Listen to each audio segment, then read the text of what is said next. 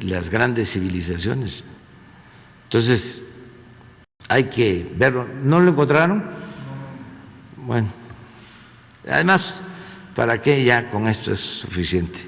A ver, para adelante. Usted. Y luego dos compañeras, una y otra. ¿Qué tal, presidente? ¿Cómo está? Buenos días. Por principio de cuentas, me gustaría pedirle su opinión respecto a lo que usted comentaba ayer del tema de la UNAM. Ayer se hizo una polémica tremenda con eso. Acudimos al Senado de la República a la entrega de la medalla Elvia Carrillo Puerto. Platicamos con Clemente Castañeda, de Movimiento Ciudadano, platicamos con Kenia López Rabadán, platicamos con incluso Antares Vázquez Alatorre, hacía la defensa de usted allá en la Cámara Alta, en el que le llamamos el Chacalódromo, pero sí me gustaría la opinión de usted respecto a toda la polémica que se generó con el tema de la UNAM. Mire, yo respeto, ¿no?, las opiniones y también siempre digo lo que pienso. No solo la UNAM, todas las universidades fueron sometidas por el pensamiento neoliberal, todas. Es lamentable que la UNAM se haya derechizado, como sucedió en los últimos tiempos. Ejemplos hay muchos. Imagínense el rector, que todavía tiene mucha influencia, Narro,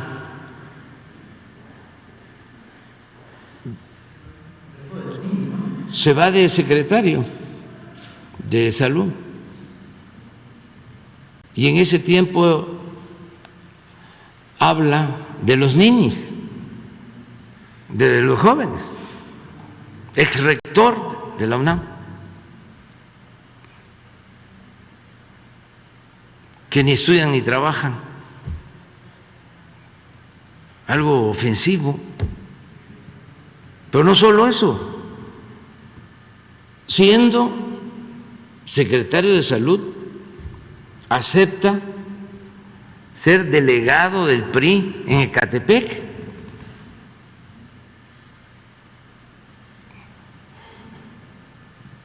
Estamos hablando de el rector. Claro, no todos los maestros, afortunadamente, están así. Pero bueno, ¿dónde están los economistas de la UNAM que defienden un modelo alternativo al neoliberal? Se quedaron callados, los silenciaron. Y así en general.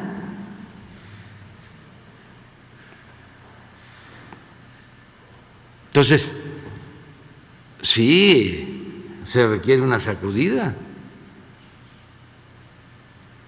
Y es una gran universidad, pero no estuvieron a la altura de las circunstancias. La crítica al neoliberalismo no surgió de la UNAM.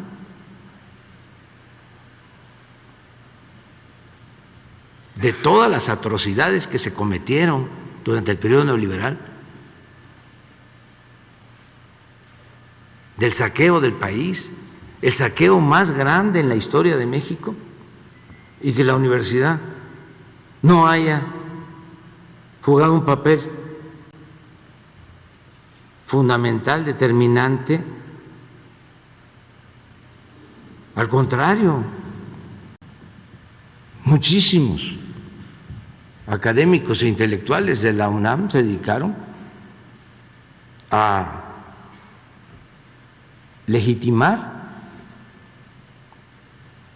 la privatización. Salinas los cooptó a casi todos. Siempre voy a decir que hay honrosas excepciones. El movimiento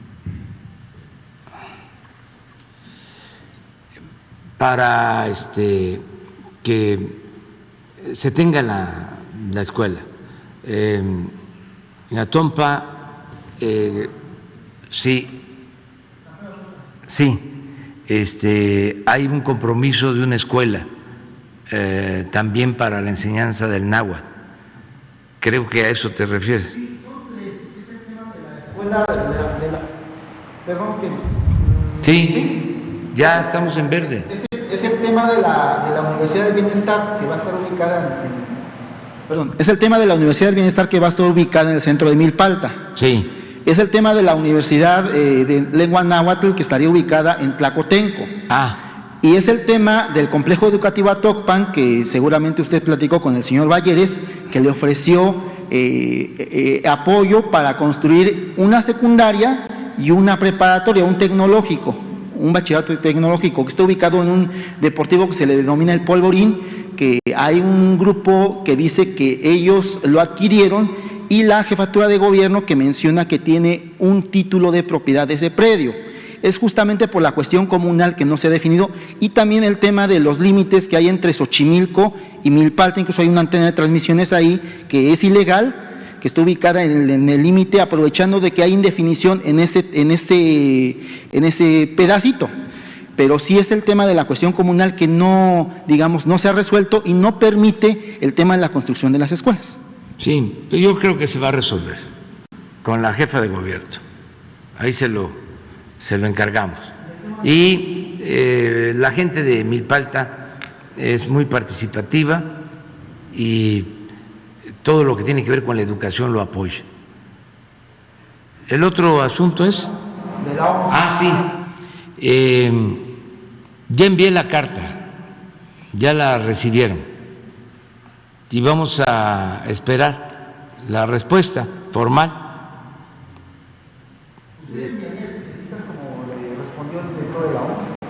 Es que es el trabajo de ellos.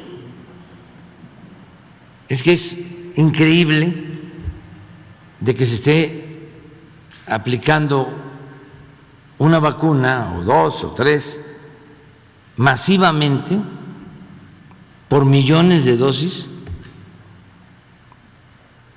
y que no tengan un reconocimiento, porque no están en fase de prueba.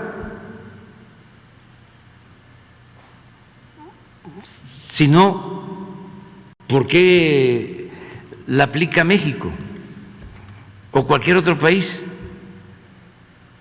¿Y cuánto tiempo lleva reunir los datos para otorgar el registro o no otorgarlo?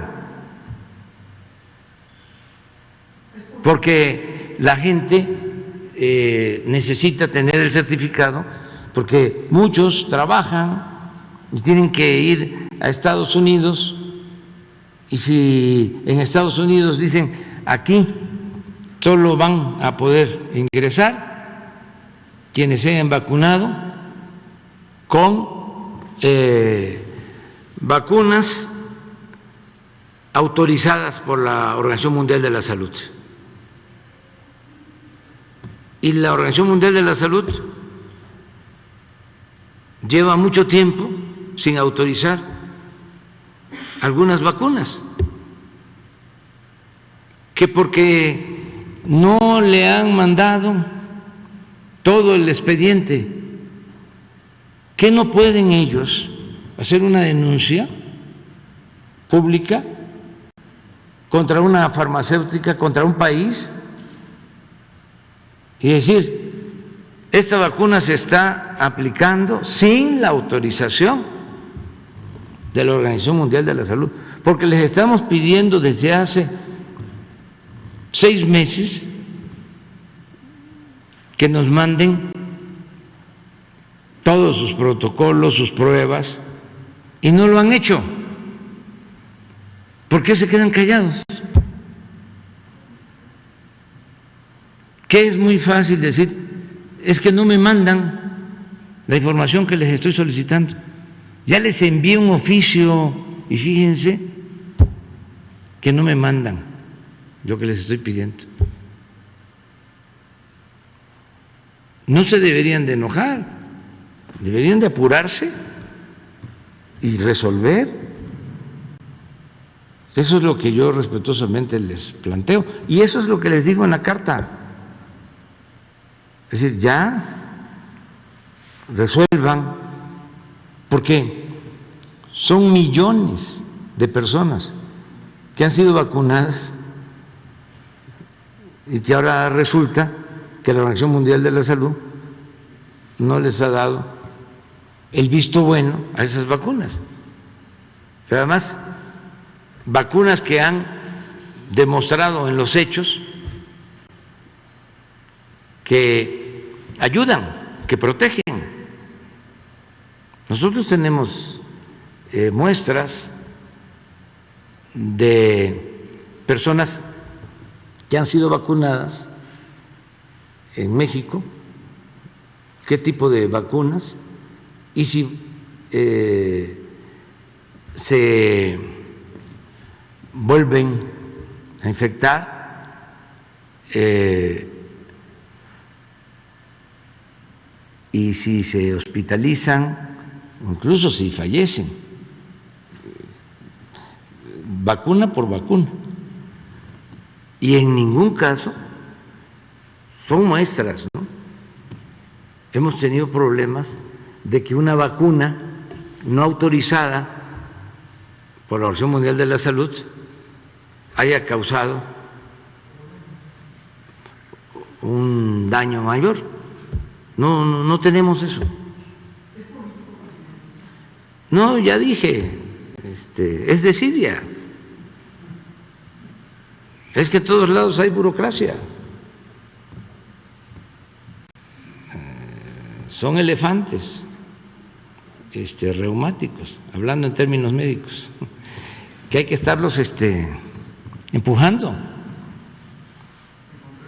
¿Encontraron el video? No todos los sacerdotes son así, ni todos los ministros. El tiempo, ya a partir del siglo XIX, 1800, va a aparecer este personaje, el indio Benito Juárez, presidente de México. Ya se imaginarán por qué le decían el indio, no hace falta explicar demasiado, ¿no? El indio Benito Juárez, el presidente Juárez, hoy por hoy en México hay un montón de avenidas, ¿no?, con el nombre del indio Juárez, fue un presidente que pertenece... ¿Y es mexicano el señor? Como argentino o español, ¿no? O colombiano, ¿no? Sí. Sí, pero vamos con la compañera. Gracias, presidente. ¿Cómo sigue de su lesión de ayer? Ya estoy mejor. Sí, es un desgarre. Es que para el deporte en general, antes de entrar al campo, antes de un partido, antes de ejercitarse, hay que calentar, hay que estirarse. Eso en general, todos, los jóvenes, incluso los deportistas profesionales, porque si no, entra uno en acción y pueden haber desgarres, que el músculo no está ejercitado, más cuando ya tiene uno cierta edad. Entonces, llegué y calenté, nada más. Lo más recomendable es correr un poquito en el béisbol y luego estirarse y ya luego jugar. ¿Qué pasó? Que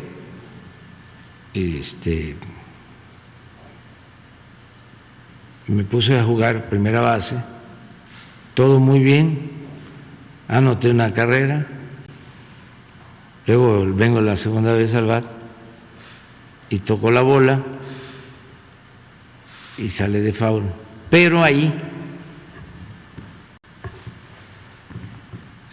por el instinto, ¿no? Porque pues eso no se olvida, el esfuerzo. Y ahí me desgarré un poquito aquí.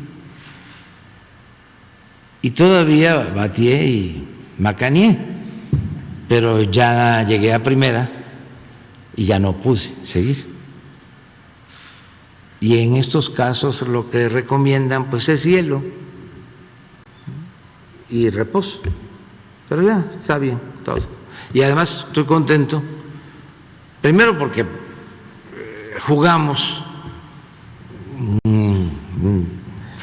con el equipo de veteranos, todos de la misma edad, o más o menos, porque es de 60 a 70. Y no es lo mismo en el béisbol y en ningún deporte el que tiene 61 al que tiene 68. Ahí el que tiene 61 y es pitcher le camina la bola, o sea, tira duro todavía. Y pero es una generación y es muy interesante. Hace uno deporte, se quita uno un poco de tensión y ve uno a amigos, ¿no?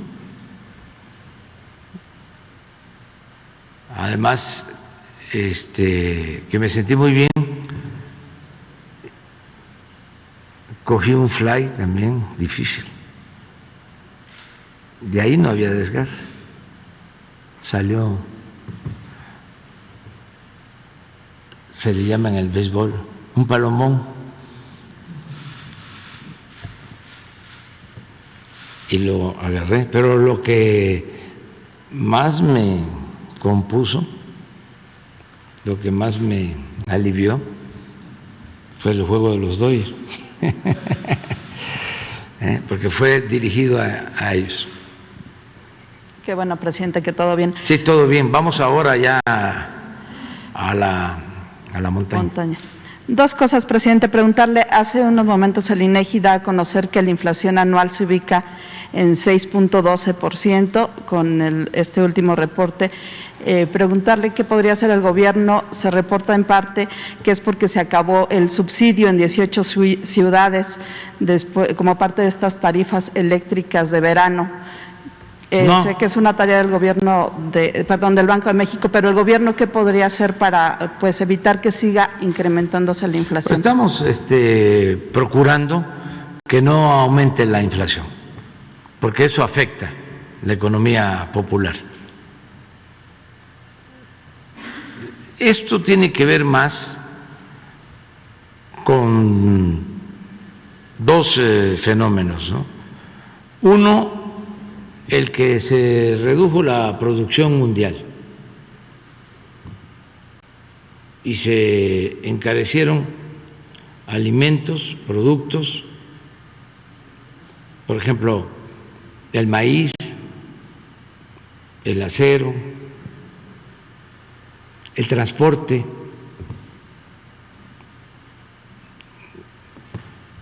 de mercancías por barcos. Esto es mundial. Han aumentado los precios. Y lo otro, que también nos impacta, aunque tiene su parte buena, es de que se soltó bastante dinero en Estados Unidos para reactivar la economía. Entonces se calentó la economía, hay circulante, hay dinero, hay mucha demanda y hace falta más oferta. Entonces esto creo yo que es lo que está impactando. Es general. Está sucediendo lo mismo en Estados Unidos. Los economistas nuestros de Hacienda sostienen que es transitorio. De todas formas, vamos a seguir cuidando que no haya aumentos de precios sin justificación. Lo que hicimos con el gas ayudó, porque el gas es un insumo que aumenta los precios si se descontrola su costo. Lo mismo el caso de las gasolinas. Y no es cierto de que no haya subsidio a la luz. Me refiero a este programa de tarifas eléctricas de verano en 18 ciudades que en todos se lados concluyó el programa. No se quitó. En todos lados. ¿Quién dio esa información? El INEGI. Ah, pues no tiene los datos. Pero nosotros estamos apoyando a todos los estados. Se les mantiene un subsidio. O sea, la luz no ha aumentado, y lo puedo probar, en términos reales, ni las gasolinas, ni el diésel. Donde tuvimos el problema fue en el gas, y ahí es donde estamos interviniendo. Pero yo considero que va a ser un asunto transitorio, pasajero, y que vamos a tener pronto una disminución en inflación. El peso está muy bien, ha resistido, no hay devaluación desde que estamos en el gobierno. Nunca se había visto esto en la historia reciente. Ya estamos recuperando los empleos que perdimos por la pandemia, ya los recuperamos.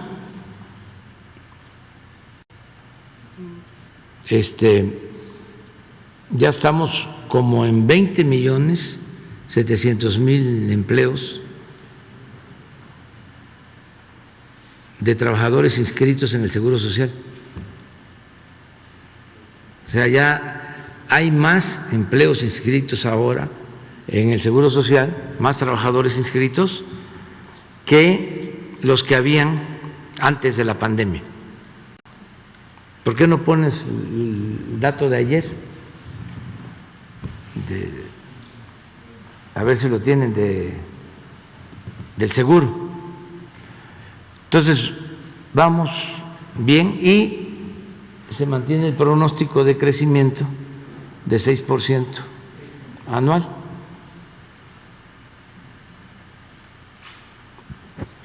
Y le quería preguntar la situación en la refinería de Tula. Se reportó hace unos días que había bloqueo de maestros y había parado la refinería. ¿Si ya se normalizó la actividad Sí. o continúa este bloqueo? Sí, no tenemos reporte de problemas. A lo mejor es por el combustorio, por el bloqueo que hay. Había un bloqueo de maestros. En Michoacán, sí, y eso impide que el combustorio que se produce en Tula se pueda llevar al puerto de Lázaro Cárdenas, Michoacán, por tren. Entonces, como existe este bloqueo de los maestros, que ya se está resolviendo, porque decidimos pagarles las quincenas que se les quedaron debiendo. Entonces ya di la instrucción de que se les pague todo.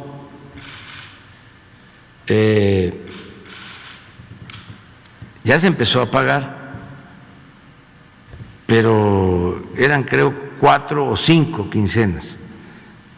Ya les empezaron a pagar. Ya di la instrucción de que la semana próxima, a más tardar, se termine de pagarles todas sus quincenas. Nada más que quiero, y se lo pido a los maestros de Michoacán, que nos ayuden para que no vuelva a pasar lo mismo, porque se manda el dinero y lo usan los gobiernos para otras cosas y no pagan a los maestros. Entonces, ¿qué propongo? Si nosotros pagamos de manera directa, si hay una nómina, como existe para pagarle a los maestros federales, ya no habría problema, porque no tendríamos que mandar el dinero al gobierno del Estado y que en un apuro se use ese dinero, como se hacía con el llamado Seguro Popular, que ni era seguro ni era popular, porque se enviaba el dinero y lo usaban para otras cosas. Entonces, le mando a decir, convoco, hago un llamamiento respetuoso a los maestros de Michoacán, de que se acepte, y eso es a todos, de que se les entregue una tarjeta, un monedero electrónico del Banco del Bienestar, personalizado, va a su cuenta, así ya no hay intermediarios. Y no voy a dejar de decir que existe una oposición a que se pague de esta manera y que no solo es de las autoridades estatales, también de una red que hay que paga en efectivo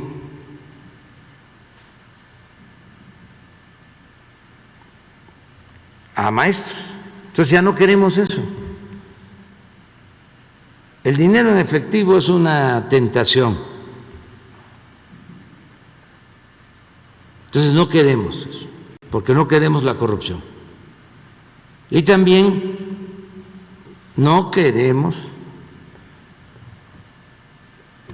que haya, ¿cómo se le llama a los que cobran sin trabajar? Aviadores, que tienen 1, 2, 3, 4 plazas, eso no.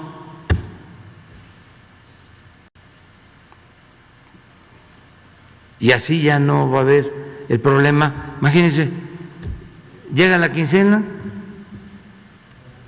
y no hay pago. Eso es ilegal, es inmoral, es hasta pecado social. Es un delito.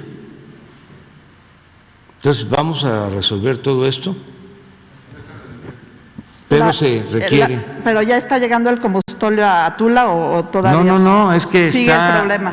Hay un paro de 60 días ¿Y de las vías. Parada, la refinería sigue parada entonces, la de Tula? No, se produce y se saca por pipas, pero no es lo mismo, sí, no es igual. Y hicieron el paro porque no les pagaban.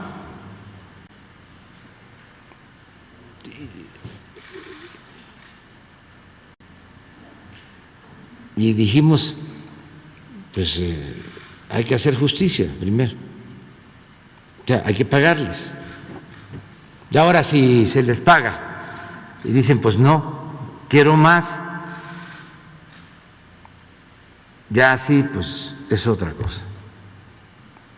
Pero no se puede tomar ninguna medida, es como cuando los neoliberales decían hay que apretarse el cinturón, ni modo, ahí vienen más impuestos, ahí vienen los gasolinazos,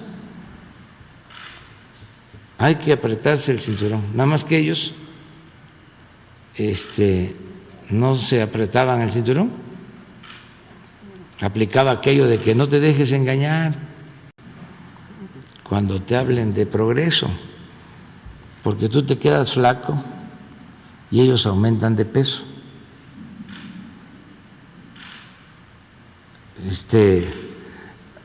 Apretarse el cinturón para el pueblo, ¿no? No.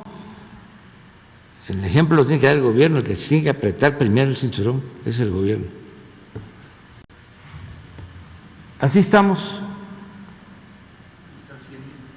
¿Mande?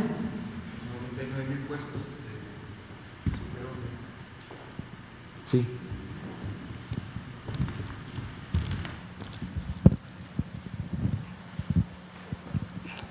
Esa era antes de la pandemia, 20.614.000 en febrero del 20 y en marzo 20.483 y aquí ya viene la caída.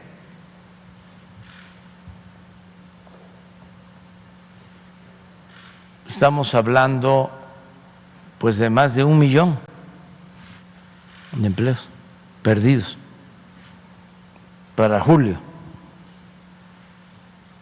1.200.000, 19.496.000 y ahí fuimos recuperando poco a poco. Aquí se volvió a caer, pero este es diciembre, miren, es lo de la subcontratación, que ahora vamos a ver qué va a pasar en este diciembre, porque ya entró en vigor la nueva ley y empezó a subir y estamos en lo que les decía, 20.713.000. Y así es más o menos el comportamiento de la economía informal, porque esta información es de los inscritos al Seguro Social y hay un promedio de, a ver si no hay un promedio de sueldos que ha crecido también, afortunadamente.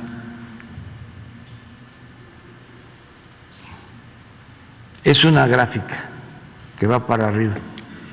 A ver si no es que a veces no. Bueno, lo vemos, pero así estamos. Entonces, sí vamos a seguir avanzando. Allá.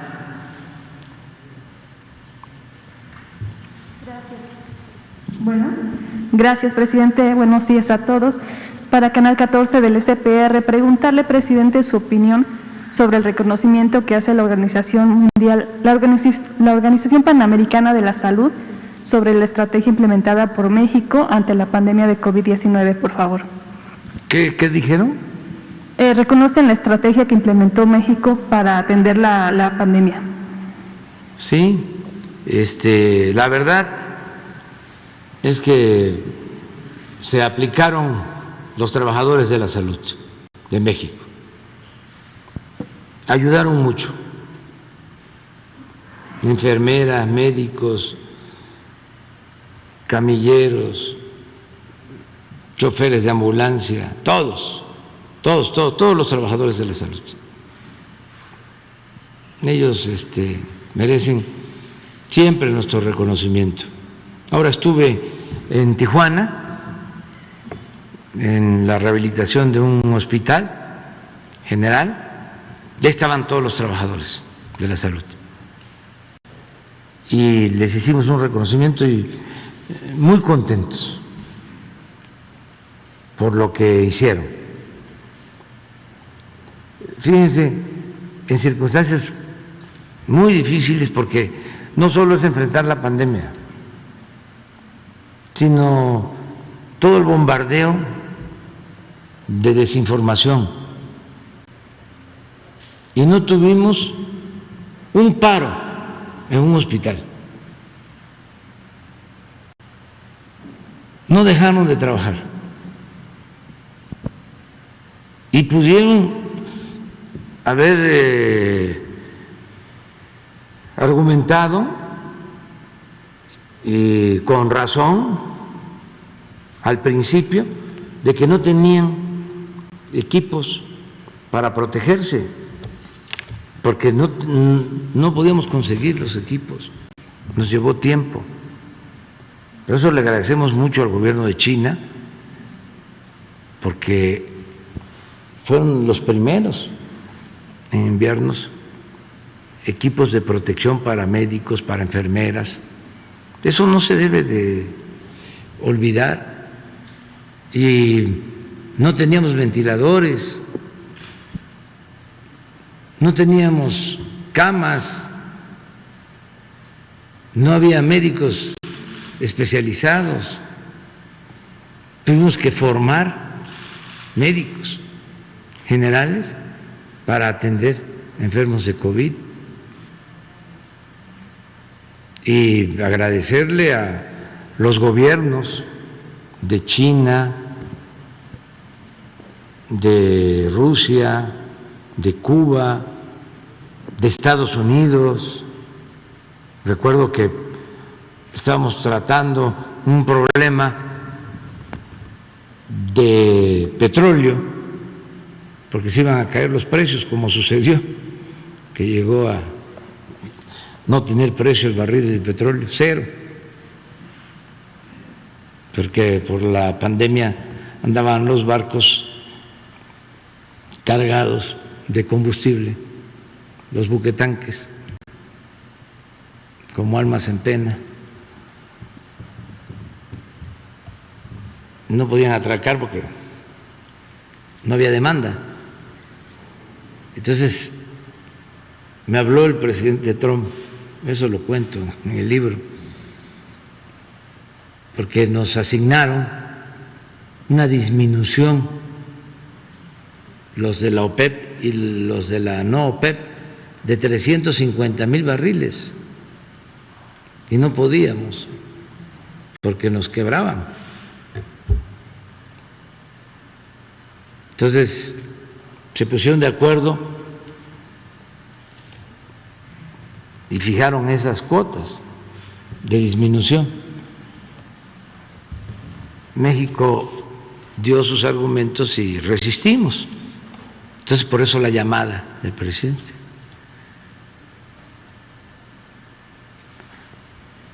Acordamos de que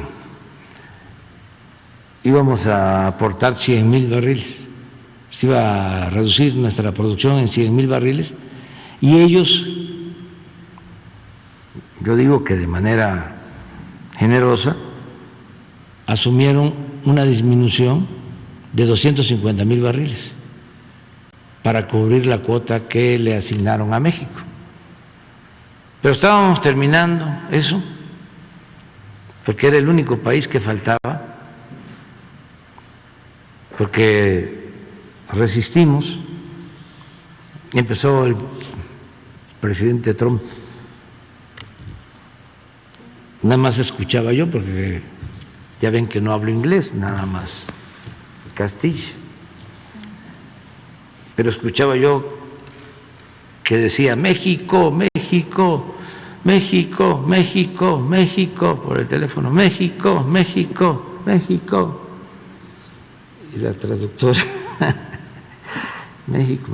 Y después se escucha por todos lados, México, México, México, México, en Arabia Saudita, en Rusia, que México falta, que no acepta. Y ya le expliqué por qué no podíamos aceptar. Y él comprendió, ¿no?, esta situación. Bueno, me dice, aportamos los 250 nosotros, pero le pido un favor, infórmenlo ya, que se pronuncie en México. Ya le hablé por teléfono a Rocío Nale para que informar a la OPEP sobre el acuerdo. Y ya. Aún así, se redujo la producción a nivel mundial en 9 millones de barriles. Y se cayó el precio, no de inmediato, a los 10 días. Y como lo planteó o como lo estaba previendo el presidente Trump, a nada, porque me dijo, si no tomamos este acuerdo, se va a caer el precio. Y ya ven cómo se habla de las diferencias entre las grandes potencias. Cuando se trata de estos asuntos, hay arreglo. Estados Unidos, Rusia, Arabia Saudita, los principales productores, hay arreglo. Y qué bueno que nunca se pierda o se rompa el diálogo. Terminando eso, le digo, oiga, le quiero pedir un favor, no tenemos ventiladores para los enfermos de COVID. Hizo el compromiso de mandarnos 1,000 y cumplió, porque no teníamos equipo. Hace 2 días todavía, ya con el presidente Biden, y no es la primera vez, nos entregaron donativos de vacunas el gobierno de Estados Unidos. Nos entregaron millones de dosis para vacunar en la frontera de la vacuna Johnson, y ahora nos acaban de llegar 3.500.000 de AstraZeneca de Estados Unidos donadas.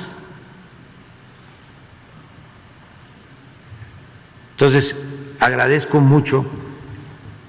La India nos ayudó, después ellos tuvieron un problema serio, pero nos ayudó enviándonos vacunas también. Y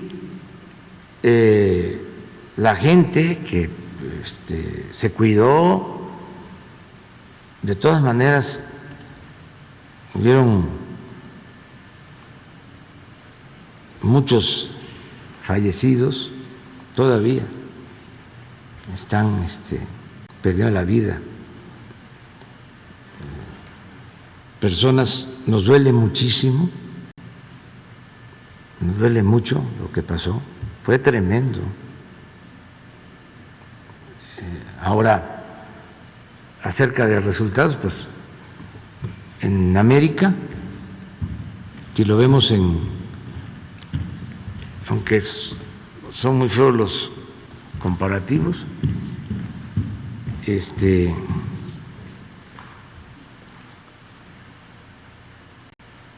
fallecieron más en otros países que en México, en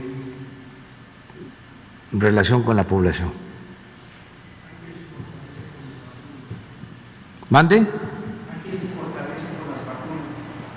Y ahora con las vacunas se fortalece. No, es muy importante lo de las vacunas. O sea, si vemos esta tercera ola, el número de hospitalizados y de fallecidos es menor a la segunda, que fue la más fuerte, y a la primera, pero es porque ya se avanzó en la vacunación. La semana que viene se cumple el plazo que dimos para vacunar a todos los mayores de 18 y solo nos van a quedar los que no quieren, pero somos muy perseverantes nosotros. somos muy tercos y tenemos muchas razones para convencerlos de que se vacunen. Pero ya aquí en la ciudad, que la jefa de gobierno ha hecho un trabajo extraordinario, aquí ya es probable, ella va a venir a informar junto con todo el gabinete de salud, que vamos a informar la semana próxima, pero ya aquí en la ciudad, según avances, ya se van a tener vacunados todos con segunda dosis. Y estamos hablando de un porcentaje mayor al 90%. Esto ha ayudado muchísimo y no voy a dejar de estar invitando a que se vacunen, y estamos, por ejemplo, en Chiapas está Zoé Robledo ahora dedicado a la vacunación, porque no solo son los municipios o las cabeceras municipales, hay que ir hasta la comunidad más apartada y vacunar a todos. Entonces sí vamos a poder informar sobre eso. Presidente, también hay sectores que continúan cuestionando lo que es la Estrategia Nacional de Vacunación, difundiendo desinformación e infodemia. La pregunta sería cómo se puede revertir esta constante campaña en contra de los avances de la vacunación, y si usted considera que son intereses políticos o económicos detrás de esto. Pues sí, hay intereses políticos, pero es normal eso, ¿no? Más en una transformación. A veces nos preocupamos más de la cuenta, ¿no?, de lo que hacen nuestros adversarios, los opositores, pero primero pues están en su derecho.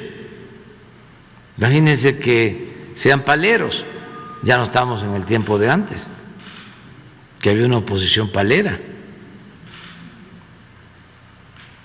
No, pues tienen que oponerse, nada más que tienen que hacer críticas constructivas, pero ejercer su libertad.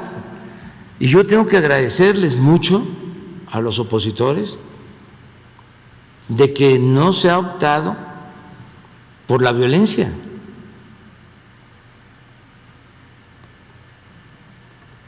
Que son columnas en periódicos, programas de radio, de televisión, insultos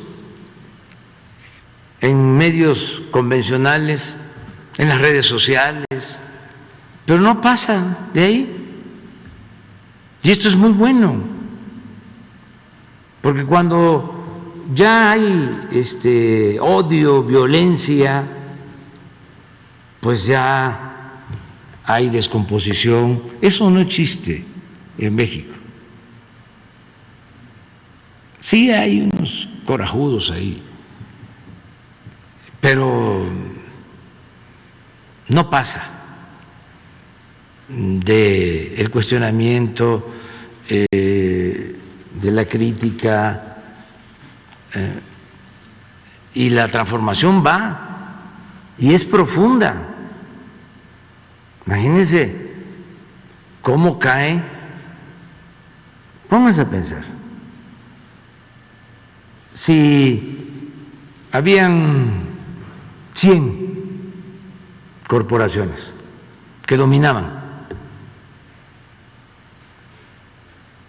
y que mantenían privilegios, y de repente ya no los tienen, no se les afecta en nada, pero ya no pueden hacer los jugosos negocios que hacían al amparo del poder público.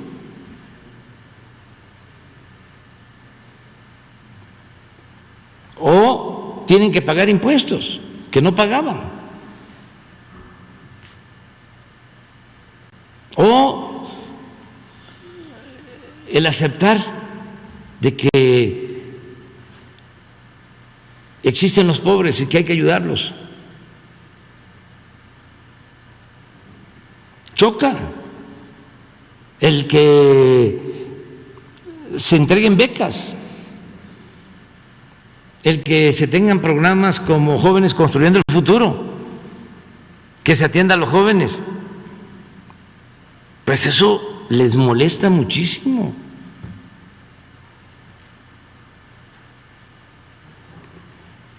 Cuando empezó lo del programa de Jóvenes Construyendo el Futuro, otros jóvenes de familias conservadoras dicen: ¿cómo se va a regalar el dinero?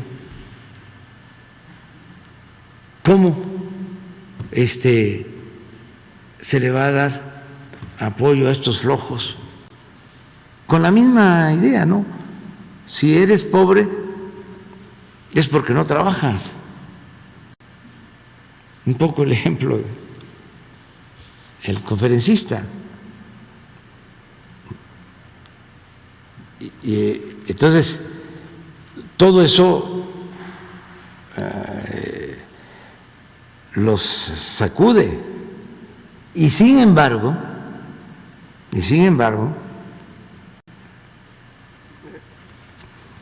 no pasa a mayores,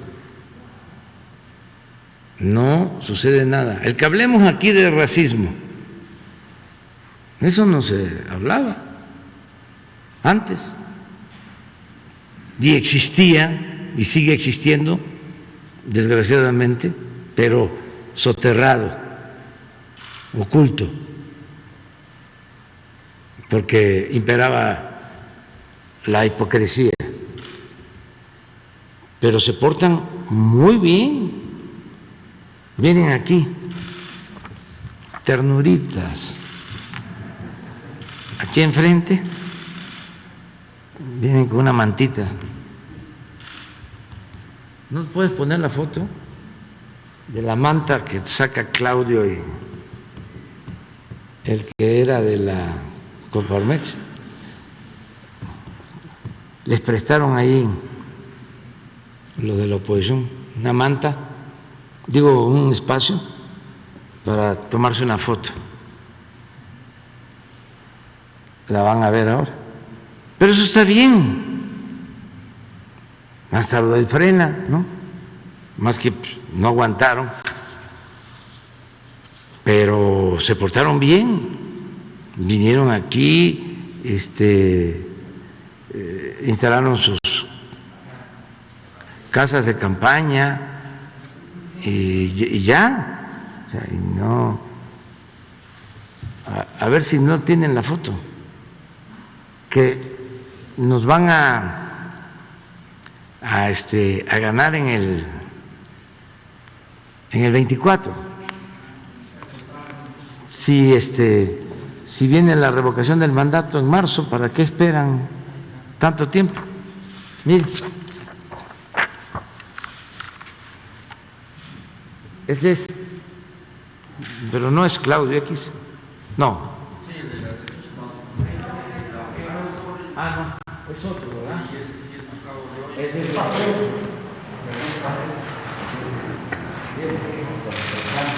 pero ella no, su papá era un gran periodista, Pepe Pajés, el de la revista El Siempre, tenía esa revista, articulistas Paco Martínez de la Vega, Alberto Domingo, o sea, Carlos Monsiváis tenía la sección de cultura, era en El Siempre, ¿no?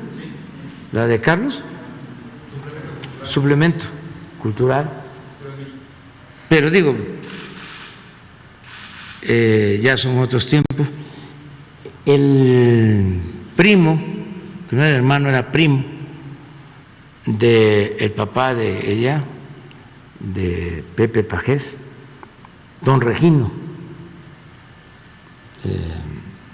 Yergo, Regino Hernández Yergo, fue el creador de las primeras revistas, Hoy, Mañana y Siempre, y don Regino le hizo una entrevista a Pancho Villa que fue histórica, ahí se las recomiendo, porque le preguntó muchas cosas interesantes, ya cuando estaba en Canutillo, Villa, retirado.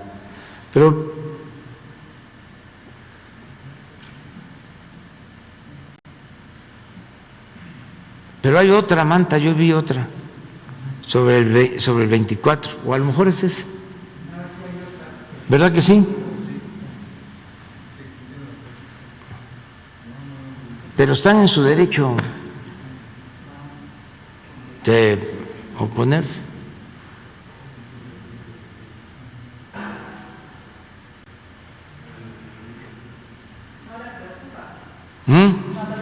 No, es que eso es la democracia. Me preocuparía que no hubiese protesta. ¿Mande? Que se unan los partidos también. Es que también siempre ha sido así. Como ya no hay simulación, ahora son dos bloques, como ha sido la historia siempre, liberales y conservadores. Entonces engañaban de que eran distintos, pero como ahora estamos viviendo tiempos de definición, como decía Juan Álvarez, esta ancheta está muy angosta, no hay ni para dónde hacerse. Es tiempo, pues, de definición. Entonces, el que se agrupe el conservadurismo, pues es normal, y es fuera máscaras, porque se suponía que estaban en partidos distintos. El Partido de la Revolución y el partido que surge para oponerse a la revolución, muy en particular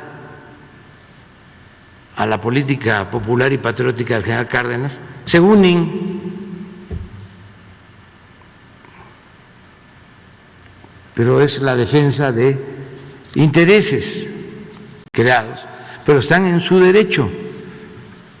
Y yo estoy contento porque vamos avanzando, porque se está consolidando el proceso de transformación, y entre más tiempo pase, más se va a consolidar y va a ser muy difícil retrogradar, va a ser muy difícil dar marcha atrás. A ver, si llevamos a cabo, por eso se están oponiendo también, la revocación del mandato, que ya está en la Constitución, toco madera, se unen todos los conservadores con todo su dinero y se vuelven a apoderar del gobierno y vuelven a poner el gobierno al servicio de una minoría. Pero ya está en la Constitución la revocación del mandato. Entonces, soy seguro que van a haber ciudadanos que van a pedir que se revoque el mandato. Son cambios casi irreversibles. Y el cambio más irreversible es el cambio de mentalidad, la toma de conciencia, porque pueden acabar con el Banco del Bienestar.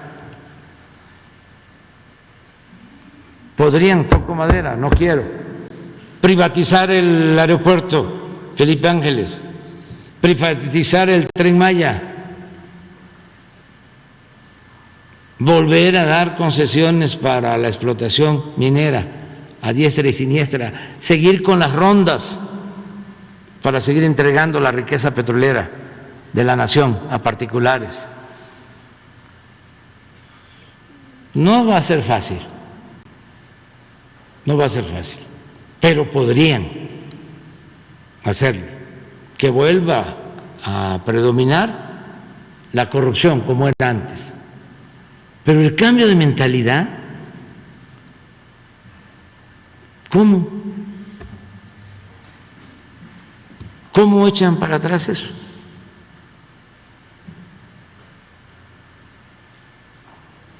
Eso es lo más importante, por eso todos tenemos que ayudar a fortalecer la nueva corriente de pensamiento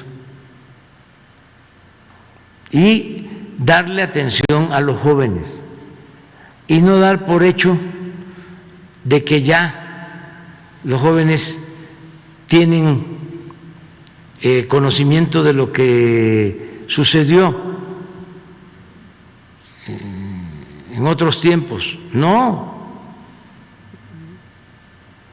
la mayoría, millones de jóvenes, no saben qué pasó cuando Salinas tomó la decisión de entregar Teléfonos de México, los bancos, las minas. No tienen conocimiento de eso. Las empresas, todo. Hay